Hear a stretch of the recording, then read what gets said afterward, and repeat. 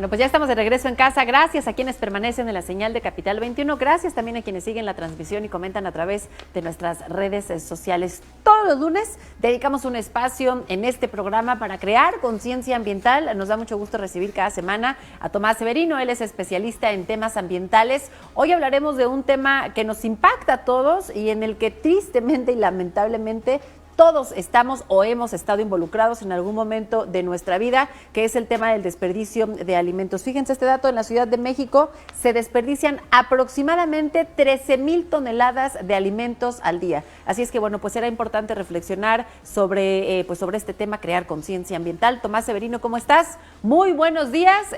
Pues un tema que teníamos pendiente ya en la agenda, el tema del desperdicio de alimentos. Decíamos, 13,000 toneladas de alimentos se desperdician al día en la Ciudad de México. Esto impacta en términos económicos, en términos ambientales, y hay que hablar de ello.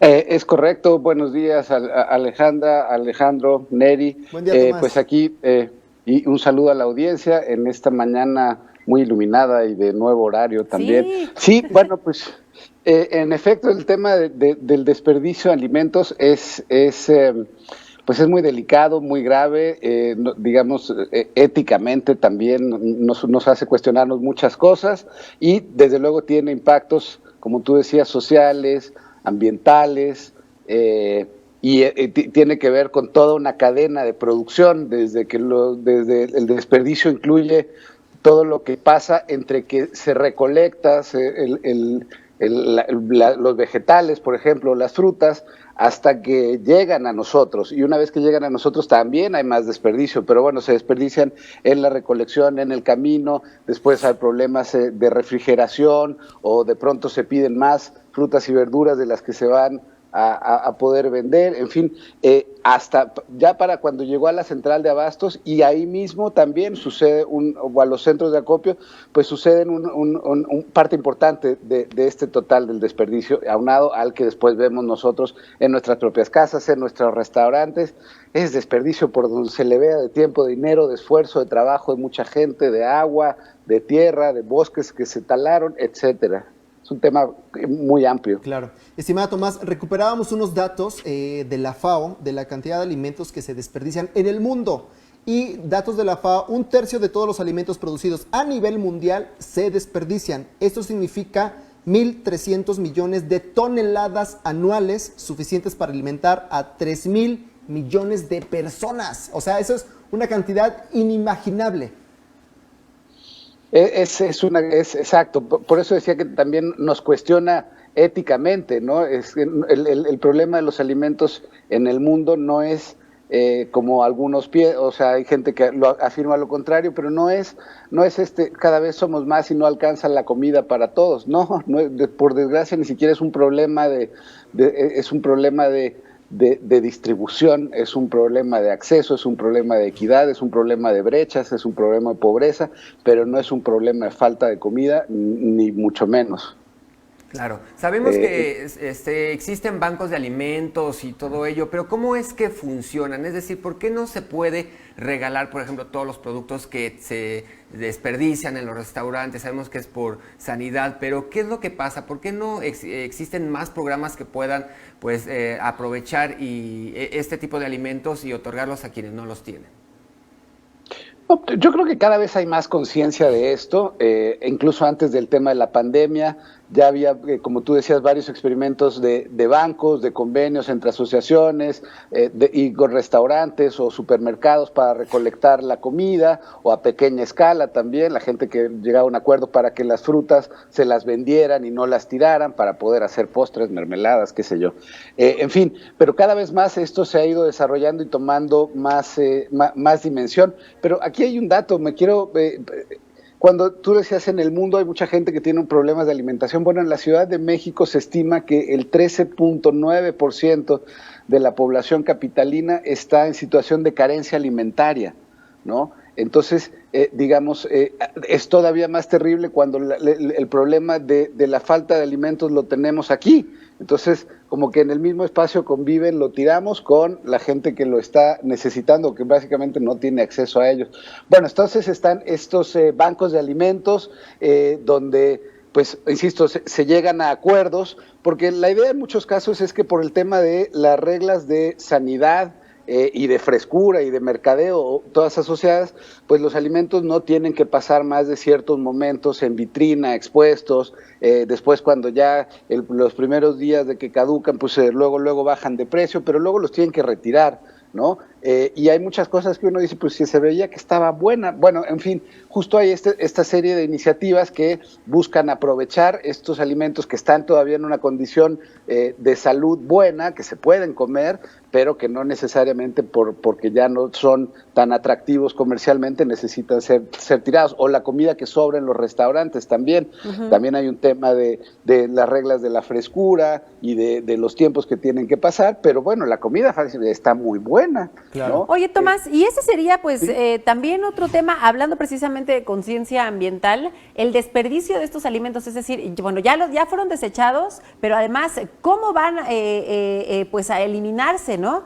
También esto puede generar un proceso de contaminación, o sea, ese desperdicio en términos económicos, en términos sociales, también tiene un impacto en nuestro medio ambiente, un impacto negativo.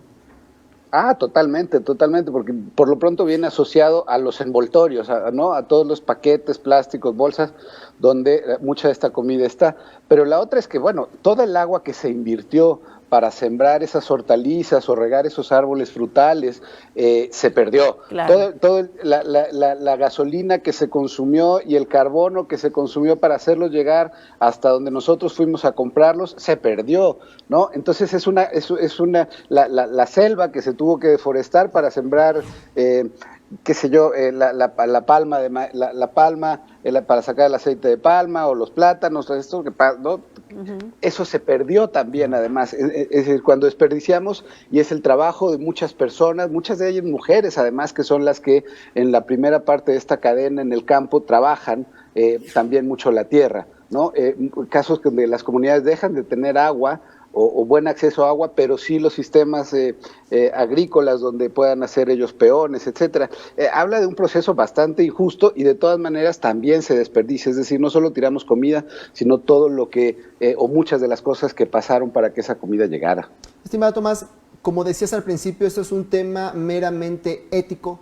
Invitamos a toda la gente que nos está viendo en este momento a hacer un poquito más de conciencia en decir no al desperdicio de alimentos, porque más allá de desperdiciar solamente la comida, que por supuesto es importante, no estamos siendo conscientes de todos los recursos, sobre todo recursos naturales que se usaron para producir esos alimentos, que al fin y al cabo, pues los recursos naturales, una falta de agua, escasez de algún elemento natural, nos va a afectar a todos y por igual. Y que iríamos al consumo responsable, ¿no? Que es lo que hemos hablado en muchos momentos. Una manera de evitarlo desde nuestras trincheras sería consumiendo responsablemente. Exactamente, y por favor no tiremos la comida más que cuando ya pues sea absolutamente necesario, pero si es una cosa, podemos maximizar, y sobre todo yo creo que, digo, las acciones van a derivarse, pero siempre preguntándonos de dónde viene y qué pasó para que yo tenga enfrente lo que estoy comprando, ¿no? Y a partir de eso que tú comentabas, Alejandra, pues las preguntas de lo necesito, cuánto lo necesito, por qué, ¿no? Pero eso va a detonar, pero sí entender que las cosas no es que aparezcan en el refrigerador, la leche no sale del refrigerador, ¿no? Y tampoco termina el cartoncito en nuestro bote de basura. Estamos hablando de ciclos y procesos, la materia no se crea ni se destruye, y nosotros somos los que estamos generando este consumo. Entonces entendernos en todo el proceso, y no nada más frente a nuestra mesa, aquellos que lo podemos hacer con más facilidad. Hace poquito hablábamos de la cantidad inmensa que se necesita para producir 1 kilo de carne o alimentos, que pues bien fácil, vamos a súper y compramos, dame 1 kilo, dame 2 kilos de eso, dame el otro. Pero bueno, si no los vamos a consumir, pues ¿para qué los estamos comprando? Llamamos una vez más a hacer conciencia sobre el no desperdicio de los alimentos, estimado Tomás. Así es, y no ir al súper con hambre, ni pedir luego al restaurante todo con hambre, porque en realidad así es, o sea, tu cuerpo te pide y terminas, de veras que ese es un paso, hablando del consumo responsable, pues tiene que ver con cosas tan básicas como esas, Claro. Todo el mundo lo sabe. ¿Sabes qué, Tomás? Creo que habría otra segunda oportunidad de seguir abordando este tema sobre, pues ahora estas modificaciones en la alimentación. Parece ser que cada vez tomamos hábitos más saludables y regresamos a lo natural, es decir, a comer frutas, verduras, a ir hasta nuestros mercaditos. Habrá que ver también si esto está impactando en nuestro medio ambiente. La tendencia es que cada vez compremos menos alimentos procesados y más alimentos naturales. Esto también, supongo, tendrá un impacto en nuestro ambiente, ¿no?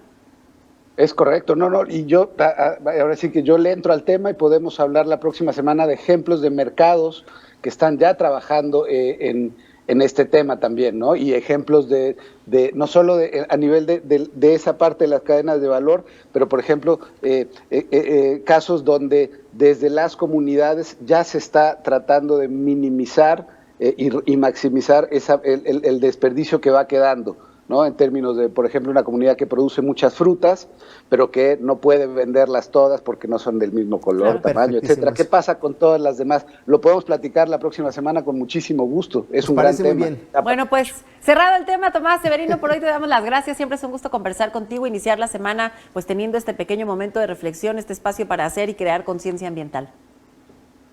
Bueno, pues muchas gracias a ustedes igualmente. Buena semana, cuídense a la audiencia. Estamos en alerta. ¿No? Así que pues no hay que bajar la guardia. Exactamente. Que tengan buena semana y hablamos la siguiente entonces de la continuación de este tema. Hasta luego.